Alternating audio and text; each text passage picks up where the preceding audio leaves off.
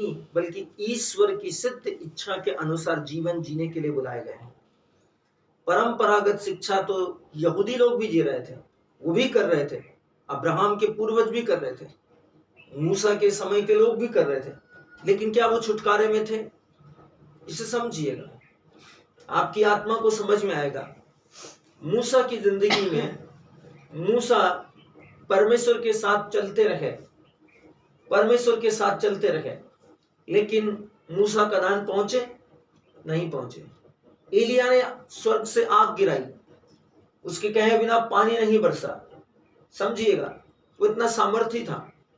लेकिन क्या एलिया परमेश्वर से भय खाया या फिर उस रानी के भय के कारण अपनी जान बचाने के लिए भागा? यही कारण था कि न तो संहिता और न भविष्यवाणी आपको उद्धार दे सकती है, क्योंकि संहिता आप तक यीशु मसीह को लाने और भविष्यवाणियां आपको यीशु मसीह तक पहुंचाने के लिए एक माध्यम है। क्योंकि ये बातें दर्शाती है कि जो संहिता लेकर आए वे कनान नहीं पहुंच पाए। जो भविष्यवाणी कर रहे हैं वे एक रानी से डरकर उसने परमेश्वर से ज्यादा बड़ा उस रानी को समझ लिया। समझिएगा, पवित्र शास्त्र में उनका एक अपना वजूद है, लेकिन आपको ये समझना जरूरी है, पवित्र शास्त्र के अनुसार इसे सीखना जरूरी है कि आपकी जिंदगी का जो पैमाना है वो बढ़ेगा तो सिर्फ सुसमाचार से, और कोई तरीका नहीं है और कोई सिस्टम नहीं है आपकी जिंदगी के पैमाने को बढ़ाना, आपके जीवन की परिस्थितियों में सुधार लाना, जीवन के हालात और मामलातों के अंदर उन्नति या तरक्की या समृद्धि लाना किसी और कारण से नहीं आ सकता। अपने विश्वास में देखना चालू कीजिए। बाइबल कहती है यही कारण है कि ताबोर पर्वत पर मूसा और एलिया यीशु से मिलने के लिए आए। वे किसके सामने उपस्थित है? यीशु के। सोचिए, वो किसके सामने उपस्थित है? मूसा और एलिया यीशु के सामने।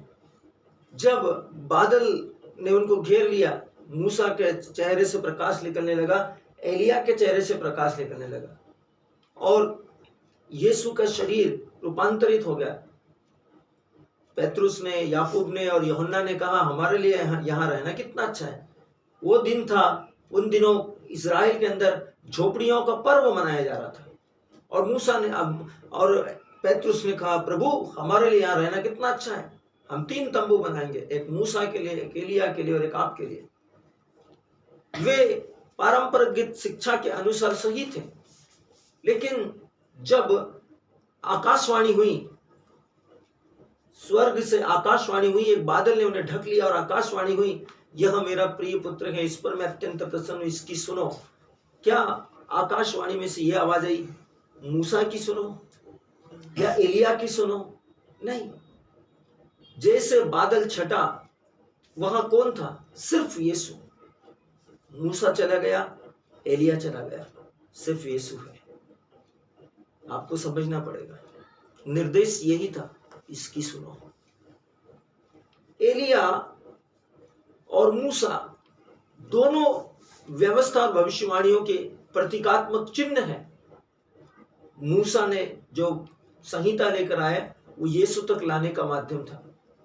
एलिया की जो भविष्यवाणियां थी वो भविष्यवक्ताओं का प्रतिनिधित्व करती है और वह बताता है कि भविष्यवाणियां किसके लिए और किस में पूरी होती है, वो यीशु मसीह है और आपके सामने प्रभु यीशु मसीह है।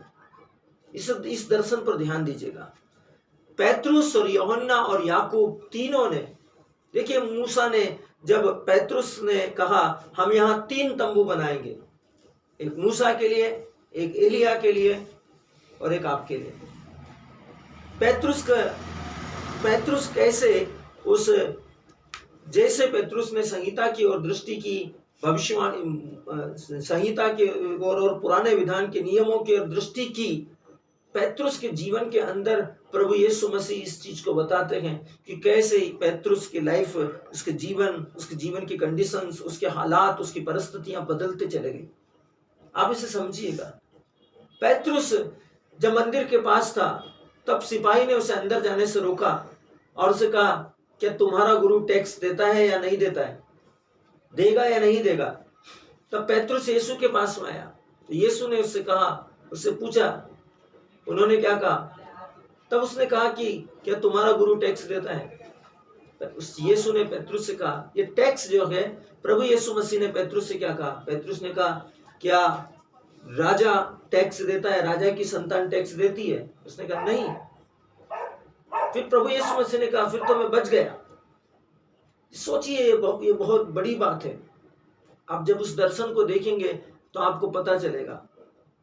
आप उस दर्शन के अनुसार उस रहस्य को सोचेंगे तो आपको पता चलेगा। जो कोई मालिक की संतान है, क्या उसे सेवकों के समान या दास के समान टैक्स देने की जरूरत है? उसे जरूरत नहीं है, क्योंकि वो मालिक का बेटा है। लेकिन जो दास है उसे टैक्स देने की जरूरत है। आप इस रहस्य को समझिए। यीशु ने पेट्रुस से कहा, जा और बंसी डाल। उसने कहा उसने जाल डालने के लिए नहीं कहा, बंसी डालने के लिए, गलछड़ी डालने के लिए कहा।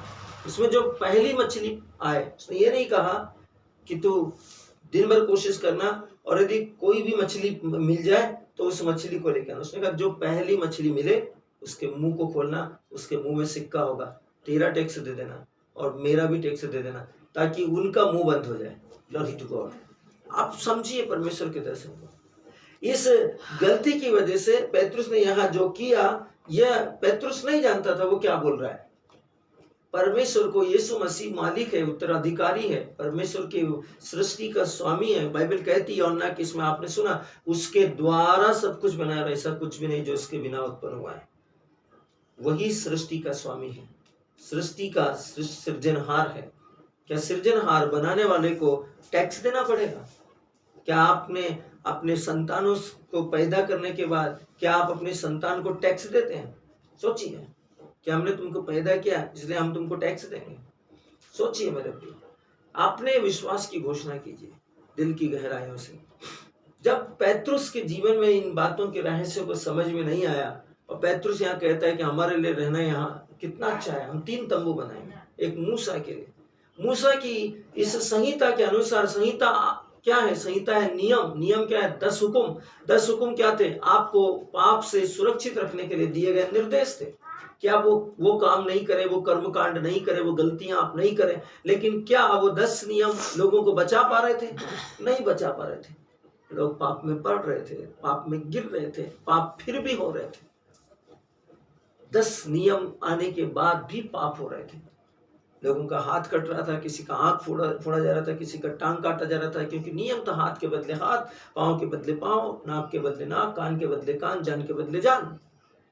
लेकिन उसके बावजूद भी ये सब चल रहा था। सोचिए, याकूब, अंद्रियास और योहन, इन्होंने क्या किया? ये वहां थे पेट्रुस के साथ। परमेश्वर के वचन के अनुसार आप देख सकते हैं, आप इसे समझ सकते हैं। याकूब, यूहन्ना और अंद्रियास के जीवन में जब परीक्षा की घड़ी आई, ये भाग खड़े हुए। यीशु मसीह के पुनरुत्थान के बाद इन्हें विश्वास नहीं हुआ जब पवित्र स्त्रियों ने इनसे कहा कि यीशु जी उठे हैं। सोचिए, ये है भविष्यवाणी आपको उद्धार नहीं दे पा रही है, आपको व्यवस्था उद्धार नहीं दे पा रही। उद्धार आपको अनुग्रह से मिल रहा है। उद्धार आपके जीवन में अनुग्रह से मिल रहा है, और अनुग्रह कौन है? यीशु मसीह। ये फ्री में। जो भी पापी है वो अपने पाप के लिए प्रायश्चित करते हुए यदि यीशु के पास में आएगा तो उसके पाप क्षमा हो जाएंगे।